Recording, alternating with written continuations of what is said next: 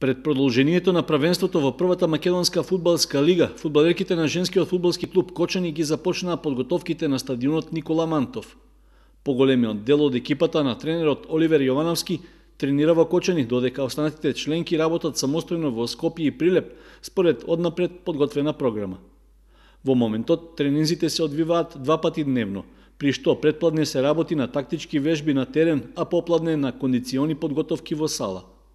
Освен класичниот тренинг, предвидено е и одигрување на контролни надпревари, од кои првиот е закажан за 21 февруари.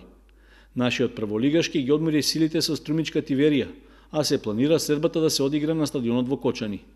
Една недела подоцна, екипата ќе има уште еден надпревар во рамки на Купот на Македонија за жени. Како дел од подготвителниот период, нашите фудбалерки ќе настапат и на меѓународен турнир, што од 4 до 6 март ќе се одржи во градот Крајова во Романија.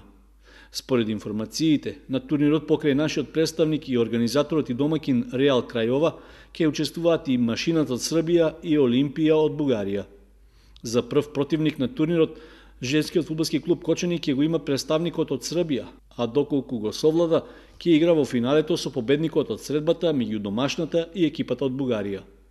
Што се однесува до кадровските промени, како што веќе е познато, клубот во овој трансферен период го напушти една од најдобрите фудбалерки Афродита Салихи, а на нејзино место се уште не дојде ниту една принова. На полусезоната ЖФК Кочани се најде на второто место во првата лига со 24 освоени бода, 3 помалку од лидерот Драгон 2014 од Скопје, кој на своето салдо прокнижи 27 бода.